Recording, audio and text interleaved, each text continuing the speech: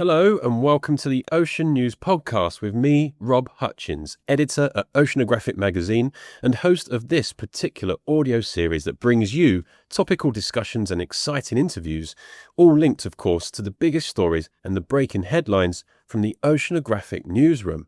In this episode, you'll find me chatting to the former Swiss pro-endurance swimmer turned social media celebrity and environmental activist Noam Yaron, as he gets ready to take on what he has called his biggest challenge to date. Noam will be swimming the 180 kilometers from Calvi in Corsica to Monaco as he attempts to set a new world record for the longest non-stop open water swim in a wetsuit. Noam anticipates that this could take up to 5 days and 5 nights without getting out of the water, which means he'll be eating, drinking and sleeping in the water as well as other stuff, the usual bodily functions, which he does mention once or twice. Noam will be undertaking this effort in order to raise awareness for ocean health, biodiversity in the Mediterranean, and, of course, put the spotlight on its current pollution crisis, as well as draw political attention to the conservation around ocean protections. Which is why he is doing all this swim accompanied by a boatload of marine scientists carrying out research along the way. Among many other things, we chat about the chance for sport to support conservation, the amazing biodiversity to be found in the area, and Noam's favourite subject of how you poop in a wetsuit. Really good to reconnect, and actually I've just been scrolling through your Instagram stuff and doing a bit of research, and I didn't realise, wow, what a social media celebrity and actor as well that you are. How did you get into this? So let's talk about actually what you're doing first of all to set the scene. So the goal is to swim from Calvi in Corsica to Monaco, which is a 180-kilometer swim, about 100 nautic miles. The goal is to do it without ever leaving the water. So it's the world's longest swim in a wetsuit in a current neutral area. That's what it's called. And the goal is to use this Sports for Nature event record to raise awareness for water preservation and biodiversity protection. So it's not an easy feat in terms of preparation and also for nature. So we are based in Switzerland, trying to get scientific experts and a lot of people coming into play to get the right messaging out there on social media and also today on podcasts or different interview that we have. Yeah, it's incredible. So this is 186 kilometers. 180. 180. So I added 6 on there. Sorry, you don't need that. So that's 5 days and 5 nights you've worked out of continual swimming. Up to 5 days, 5 nights. I hopefully expect to swim in about 3 days and 3 nights. Which is still 72 hours spent in the water without ever leaving. So you eat, you drink, you sleep in the water the entire time. Yeah. And obviously you're not allowed to get out of the water on the boat or being dragged by the boat, obviously, while it's moving forward. We are very happy to be one of the first swimmers to be called a record while using a wetsuit. As you probably know, being in the UK, it's the country where open water swimming was born and all the crossings and very historical rules, which is using a wetsuit is not called a record before this swim. And now we made, I would say, a case to federations and organizations around the world that are ratifying the swims to be able to open a new category, which is a wetsuit swim, that allows the athletes to not wear excessive amount of sunscreen, because as you're not allowed to get out of the water, you have to be completely covered in a very thick layer of sunscreen, which is very often very damaging for the ecosystem. We fought very hard to get that new category open. And the World Open Water Swimming Federation was kind enough to agree with us, saying that it's a very old rule that it needs to be changed with the new, I would say, perception and now information that we have about the ocean, and that opening this new category allows a more sustainable way for the athletes to do their sports and still be recognized as a record. So I'm very proud to I would say, open this new way of thinking about how sports should be led and that sport could be in favor of nature and show and lead the way. Yeah, no, it's fantastic. And you've gone right into my follow-up question, which is this is all about raising awareness. And you've touched upon just part of the awareness you're trying to raise here, which is obviously the sunscreen element. What other sort of areas of awareness are you looking to raise? Because there's a bigger picture here as well, isn't there? Of course. So we have two main categories. The first one is water preservation, so the quality of water. So if it's polluted in microplastics, which is the case in the Mediterranean Sea, the Mediterranean is one of the most polluted seas in the world in microplastics. And where I'm based here in Switzerland, where was held my first ever project, which was crossing Lake Geneva. Lake Geneva is about 80 kilometers. It was my first ever challenge, the biggest alpine lake in Europe, the third biggest one all over Europe. Yeah. So we broke that record with a wetsuit at the time, and we could also use, and that's how I truly saw that it was possible to use swimming and records to raise awareness for those issues. And the Lake Geneva is also as polluted in microplastics as the Mediterranean Sea, which is once again one of the most polluted seas in the world. So that's the first one, water preservation. And the second one is biodiversity protection. So the quality of water and pollution leads to less, I would say, regenerative place for the biodiversity to grow. So that's the second one. And we are asking more on a political level, because obviously the swim is followed by hundreds of millions of people on social media now. We have about 600,000 followers on the socials, and we reach about 30 million monthly views at the moment. Wow. So that's our, I would say, data for now. Yeah. So if you accumulate that along the months and the years of working on this project, it's the second attempt for this Calivy Monaco swim. We touch on other subjects on the political level, as explained again. So we try to get the speed limit of boats, so big ferries and super yachts, and also tourism boats that are very big and very dangerous, moving very fast on this area.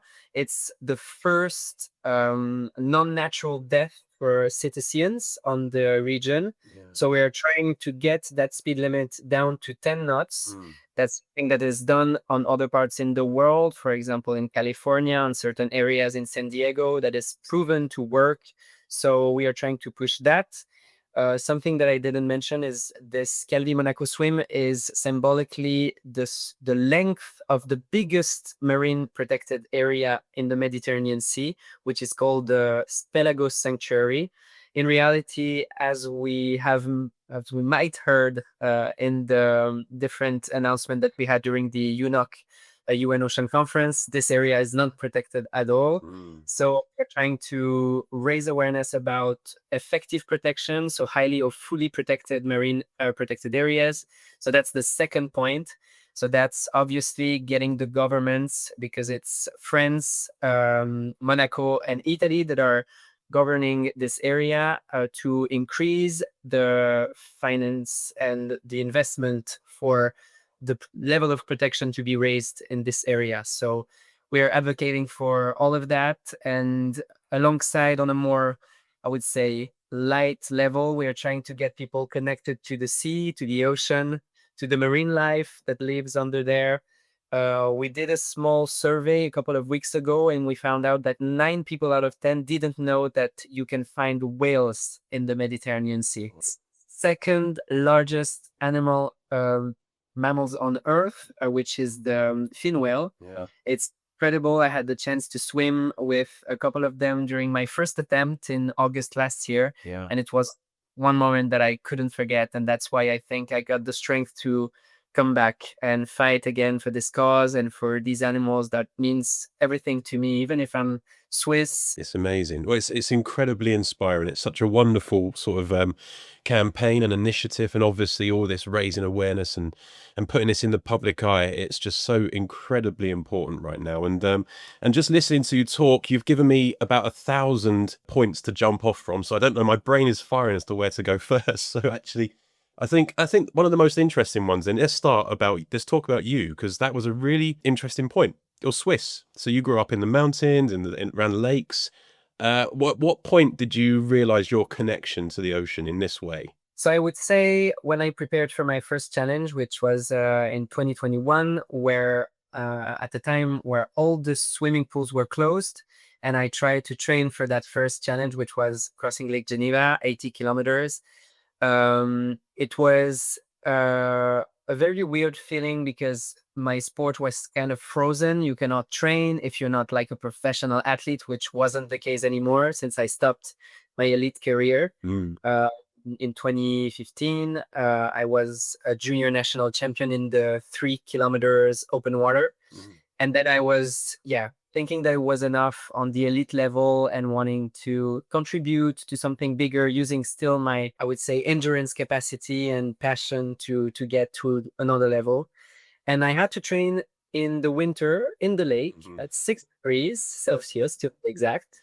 So it was pretty cold with the same wetsuit that I'm wearing on all my challenges. Yeah. So it was pretty rough. And when you swim in the lake, at least in Lake Geneva, during the winter, the water is crystal clear. So you can see without all the pollutions and the algae that are more and more prominent in the area. And I discovered the ugly truth, which was what was lying underneath the surface.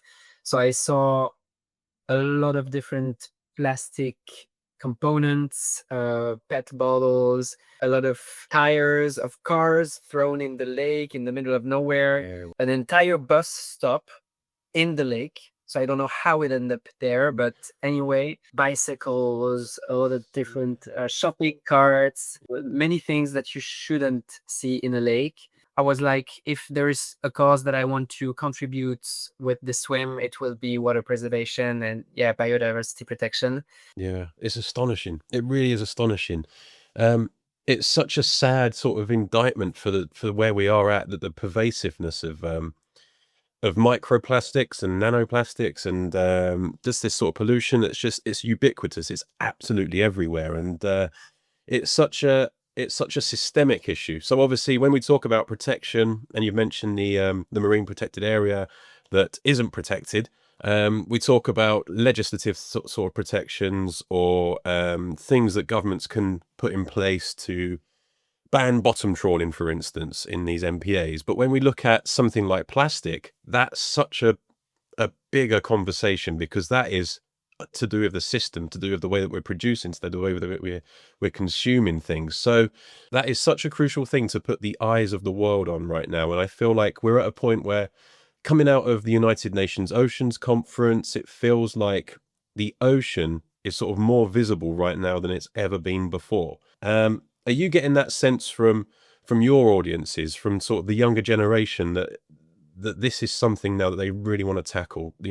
Protecting the ocean in a bigger sense, in terms of getting rid of these plastic pollutants and everything that's coming into this system. Is it on their agenda? It's a very good question. I think the younger generation and the way we call the generation of my parents or the younger generation, I think it's not the right way to see the problem. I think we're all involved. Whatever happened before happened. And now we have to get together and find real concrete solutions while limiting the impact. And I think that's the true message and positioning that we are trying to have for this campaign and the swim, not pointing fingers at anyone or any company, but trying to understand their agenda and why they're doing things this way. For example, cigarette butts, once again, we are getting closer and closer to companies in the cigarette industry. And some people would say, why? I mean, they are the evil and doing all of this damage, not only for the environment, but also for your health. And I'm like, if they exist, it means that some people are still buying those cigarettes and products. So why not trying to get closer to those guys, to these guys, trying to understand their agenda and see why they're using plastic in their cigarette butts? Plot twist, it is something that they're trying to get rid of, at least for the people that we are trying to convince and convey those important messaging. And there is different, I would say, innovations that are put into place. way before that it will probably be banned. So the use of plastic in those cigarette butts. It will happen in Geneva, by the way, in a couple of weeks in August. Right. We'll discuss I would say, the future of plastic. But what's very interesting is that we truly can find a solution together. And I think the solution is not about being pessimistic. It's not about pointing fingers at any generation, but more seeing the opportunity that we have now as a community to work together hand in hand and find once again real solutions. I would say the younger generation, as you called it, is more sensitive and more involved in those discussions because it's, as you said, on everyone's agenda right now. I think it's truly something that we should work together, and we are too often pointing fingers at what's wrong, but not at what's doing well and who is doing the effort, and taking the bigger picture instead of framing a specific moment where someone took the plane and maybe didn't use a car for years. So something that we should, be aware of and be more friendly with each other when it comes to going in the right direction for the planet. I completely agree. It's all about, right now, it's all about embracing humanity, and it's about working collaboratively, because that's the only way that we're actually going to affect real positive change and impact. So yeah, I think the messaging is spot on there. I was going to ask you now about this challenge itself. So let's talk about this challenge. How you feeling? I would say it's a mixed feeling. Like every year, it's my fifth challenge in 4 years in a row, 5 summer. Right. I do a year now. Last year, we did this first attempt, which was interrupted after 103 kilometers and 48 hours, staying in the water the entire time. Right. It was the first, we can say, interruption, we can say failure, we can say lesson, we can say whatever. But it was very tough to get back on this boat, not choosing to get back on this boat. So kind of giving up on my dream to cross the Mediterranean Sea. I'm now back, trained a whole year to get to the best shape ever. It's a huge company that we build together, aligned with this mission and this dream of mine, which is using swimming to promote important messaging for and in the environment. And I'm very proud. And I think saying that out loud also makes a lot of sense in a world where we can't see really what will be tomorrow and what we can expect or enjoy or anticipate in a positive way. And I feel like media are more and more attracted to this challenge because of the positive messaging and news that it's conveying through this challenge. What is very hard, I think, to understand, it's even if I'm alone in the water, it's not a single, like, something that you do alone. It's not an individual sport. Yeah. And that's something we had to fight for people to understand. Like, we are not supporting individual projects. And I'm like, it's not an individual project. We are using a world record to raise awareness and hopefully change the future, or at least contribute to change the future of the Mediterranean Sea. So are you in or are you out? And spoiler alert, 99% of big institutions, big associations or organizations well known in the space said no. So that's the ugly truth. I understand that it's not everyone's cup of tea. Yeah. But what I understand is that the campaign and the messaging behind this sporting challenge, individual sporting challenge, is way bigger than me being alone in the water and selfishly breaking the world record. That's not what we are trying to convey. Yeah, I can imagine that's quite frustrating. But then again, I was going to say that at least you know that the people that are saying yes are coming with you for the journey of this group that you've built around you. They're like-minded people, obviously. So so it seems like you've got a team that's all swimming in the same direction or rowing in the same direction. So I think you can take encouragement from that. Yes, let's talk about the team then that you have got around you, because you say you're not doing this alone.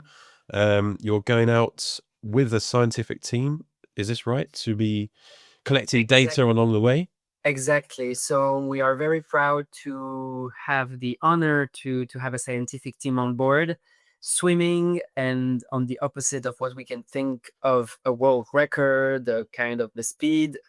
Swimming 180 kilometers will be very slow, obviously, and it fits completely the, I would say, the way of scientific data being collected at sea.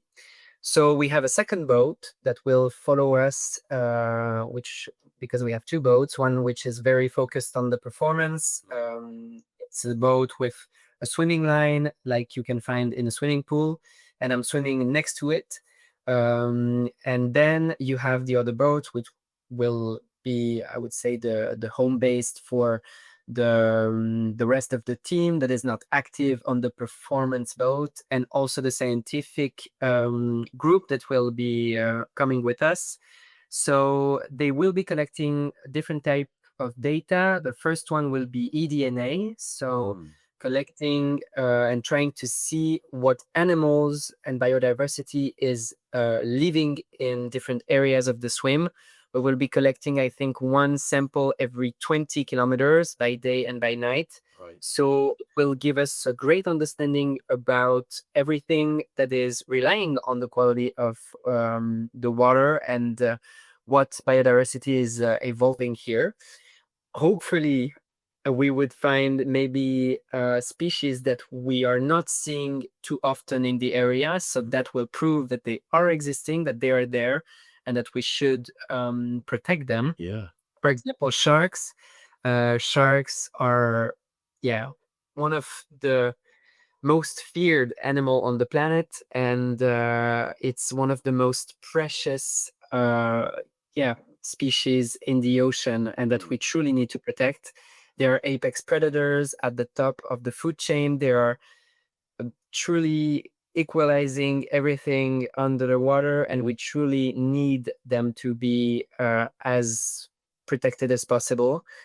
I think there is one out of two species of sharks in the Mediterranean that is endangered. So that's something quite sad. And the goal of this swim, even if I could be mistaken with some food by a shark during the swim, we have some magnetic field system. It's called shark bands that are put on my swimming line, under the boat, and also on my ankle.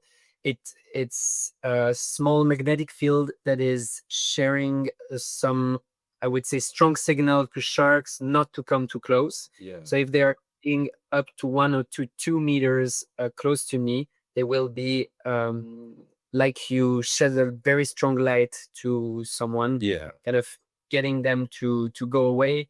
It's not affecting their health in any way. It's just a protective deterrent. Yeah. Sure. Avoid any accident.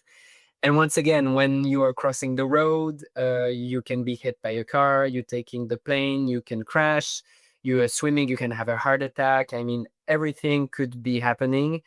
I have more chances to be struck by thunder and lightning during the swim than crossing the path of a shark. Yes. You also, the, I would say, completely out of the ordinary fear that we have, that is completely not factual and not Unsubstantiated. It's crazy. It's crazy that we're 2025 and we still have this fear of sharks. And I think we've got such an engaged and switched on audience that we've got no danger of them being afraid of sharks. And I think they're all very aware that sharks are a beautiful and curious creature, and you'd be very lucky to have one come across you whilst you're doing your swim in the Mediterranean. What, I can't remember what species the Mediterranean does have. Can you? Yes, there are some great white sharks, Right. which Yeah. are quote unquote one of the most dangerous shark. But I think on the in the Mediterranean Sea, we had those last couple of years only one attack in Israel, not from a great white, but which was accidental. It's a beach in Israel where you can find a lot of sharks. and there is no real understanding about what this victim was doing at the time, but trying to get the shark interested, and I think it was an accident. So that's also something to be aware of. And besides that, I can't recall reading an article or seeing something about a shark attacking someone in the Mediterranean Sea in the last couple of years. So that gives you also a fair understanding. I know the words in French of those species. It's called requin à peau bleue, so the blue skin shark. I don't know if it's the right, if it rings a bell or whatsoever. They are very thin, very long, Yeah. and looks very cute. There is a fox shark as well. I don't know if it's a name that is translated correctly, but it's called requin renard in French. Right. It's very cute, very big eyes with a very peaky tail. It's very, very beautiful to watch. Yeah. There are a lot of different others. Some are more present than others. You can find rays in the Mediterranean Sea, mobula rays, which are jumping in the air in the middle of the sea. It's crazy. We had that experience the first attempt. You can find obviously tuna. Mm. That is often, at least that was the picture that I had in my mind of tuna before swimming was a small fish. It's huge. I've never seen something like that. And Well, you could hitch a ride off a tuna. That would speed things up for you. oh yeah, getting on the back of the You get tuna, that done in a day. that would be not very sustainable. No. But we have also, I have to learn these species in English, but it's called poisson lune. It's a moonfish. I don't know how we call it. Yeah. It's very, very big. Not the one in Nemo that goes like the bloating one, Right. but a very big one. But hopefully, I will get those names better for. I need to brush up. I need to brush up on my French and my French fish translations.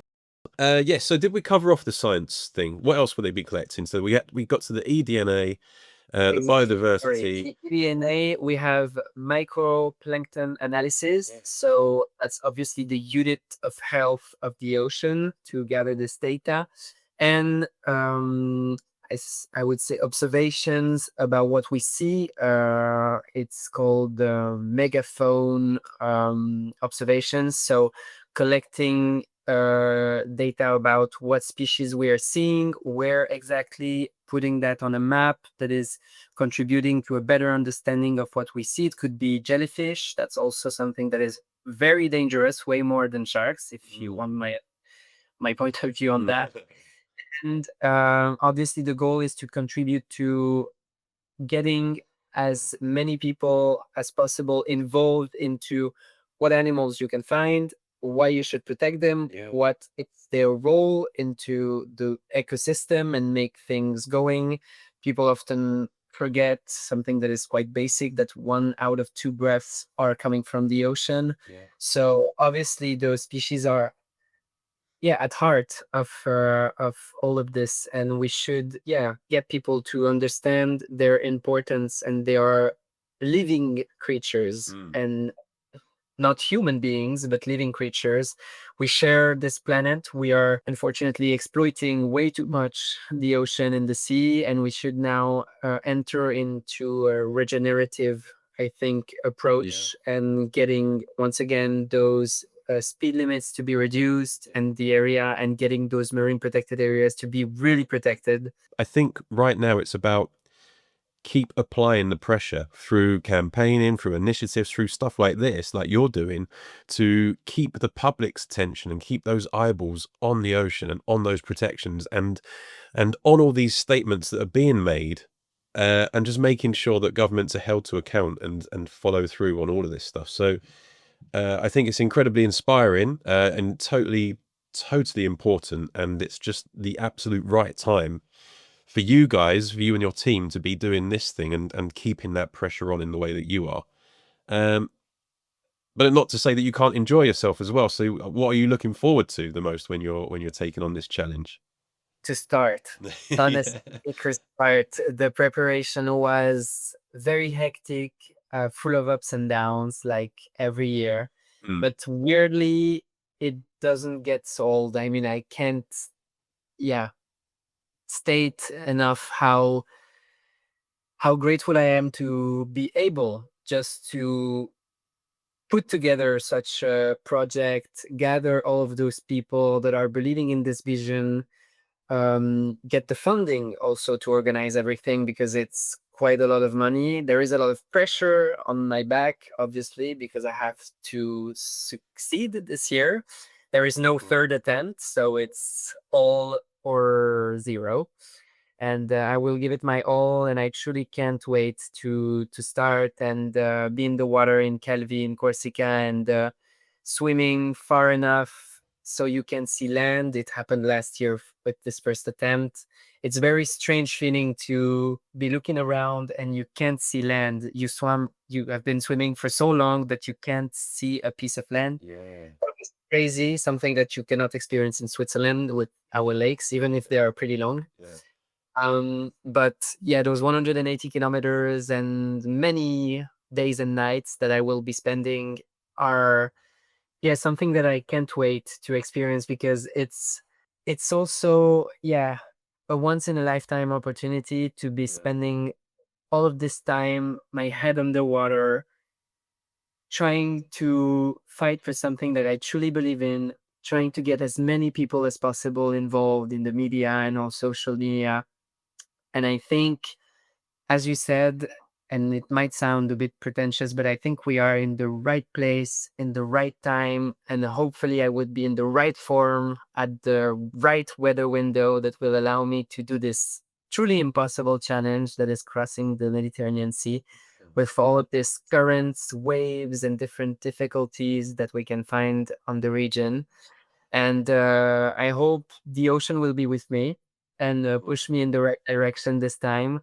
And as the the thing that we are trying to convey, which is once again ocean protection, it's so complex that succeeding this challenge last year at the first attempt, first try, would have been almost too easy.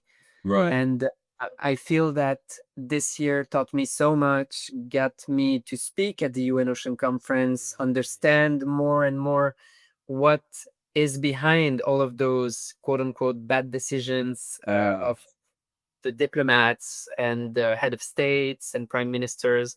It's way more complex, but I think we are, yeah, contributing in hopefully the biggest way possible to trying to change that from the beginning to the end. And hopefully the world would be a bit more a better place when I arrive and Yeah.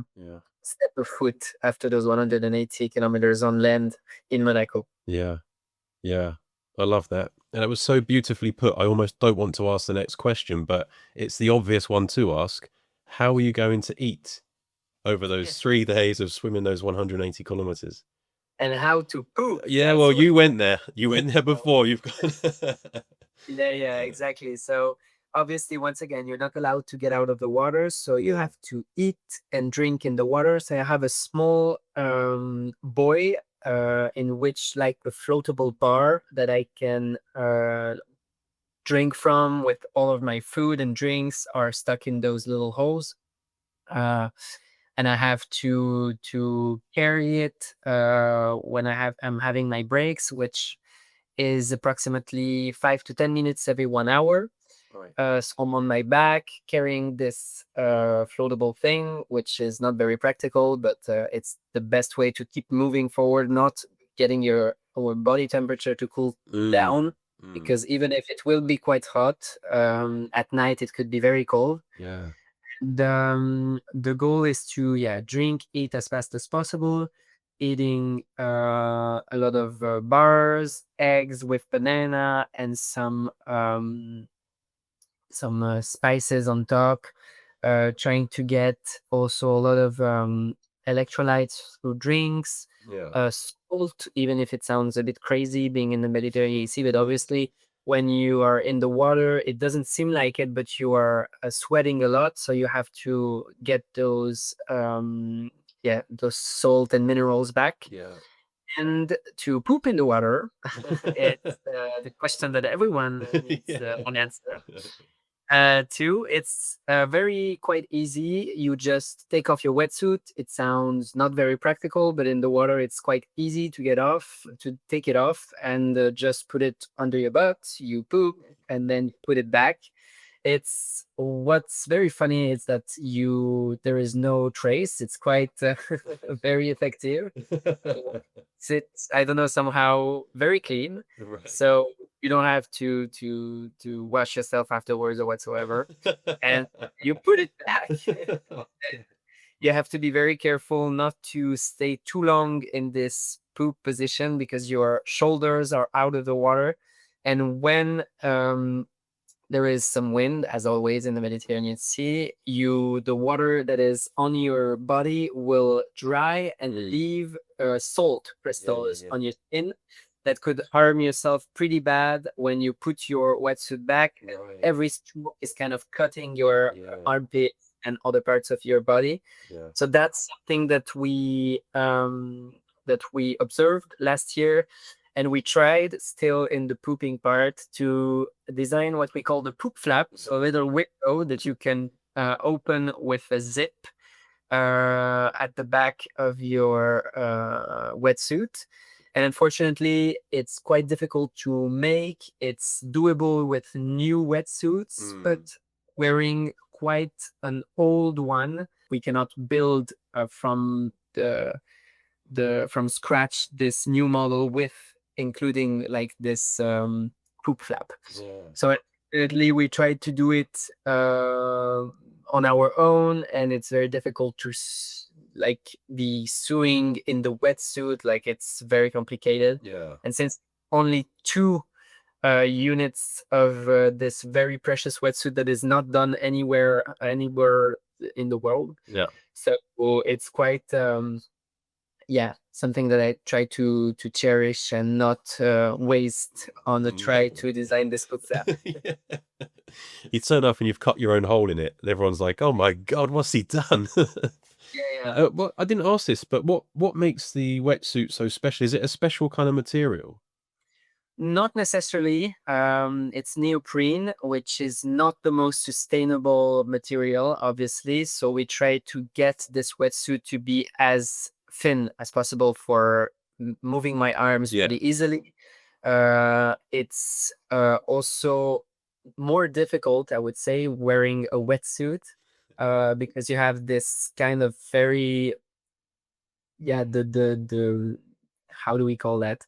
Yeah, the width of the material is very difficult when you have to do 180,000. That's the number of strokes that I will be doing approximately. Yeah. So 1 per meter, we could say. Yeah. So that's it. And no, it's not a special material, but we are aware that some brands are trying to build a natural neoprene material.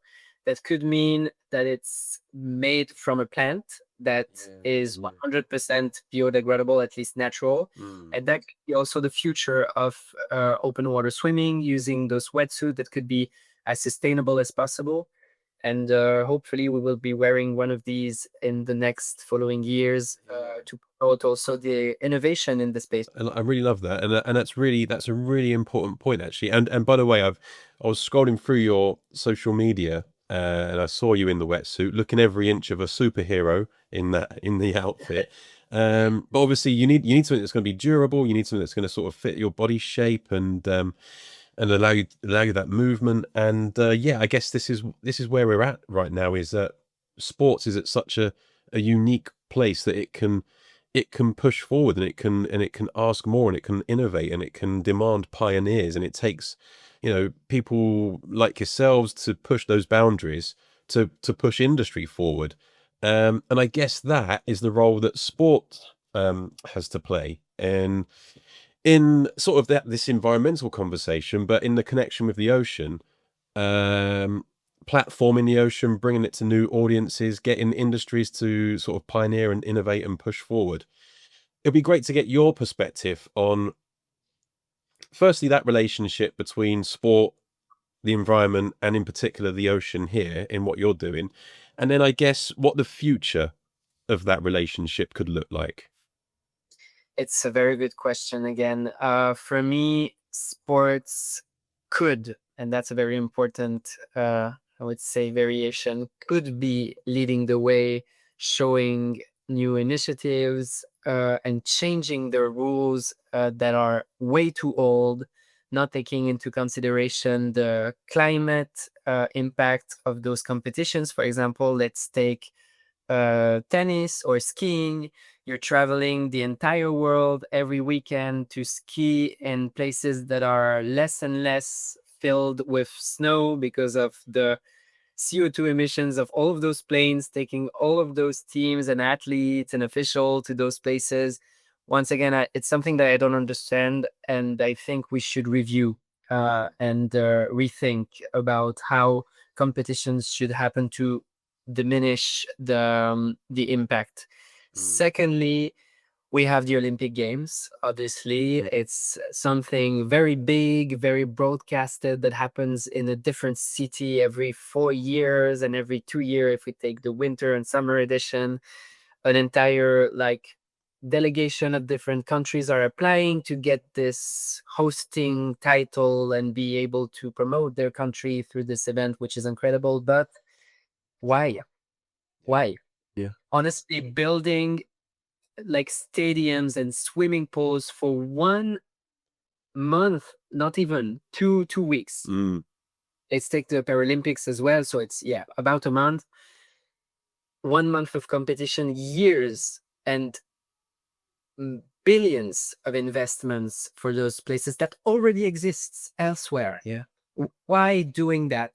And we can say, but maybe it opens new possibilities of trainings and competition for the country, and for 9 times out of 10, it's not the case. Yeah. Look at Brazil that hosted Rio in 2016, getting the Olympics to being seen and show how much money we have, how incredible this stadium is.